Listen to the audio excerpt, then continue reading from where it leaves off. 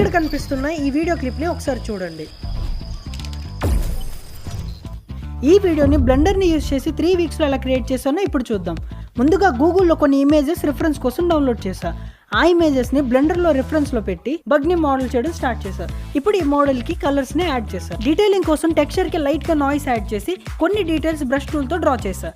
And ఫైనల్గా హెయిర్ని add చేశాను. ఈ ప్రాసెస్ తర్వాత బగ్ని యానిమేట్ చేయడం స్టార్ట్ చేశారు. వింగ్స్ని ఒక ఫ్రేమ్లో పైకి ఉంచి నెక్స్ట్ ఫ్రేమ్లో కిందకు ఉంచి కీ ఫ్రేమ్స్ని యాడ్ చేశారు. ఇప్పుడు అవే కీ ఫ్రేమ్స్ని డూప్లికేట్ చేసి వింగ్స్ కదులుతున్నట్టు యానిమేట్ చేశారు. బట్ ఇలా ఒక సెకండ్లో పొజిషన్ మారిస్తే అవుట్పుట్ సరిగ్గా రాదు.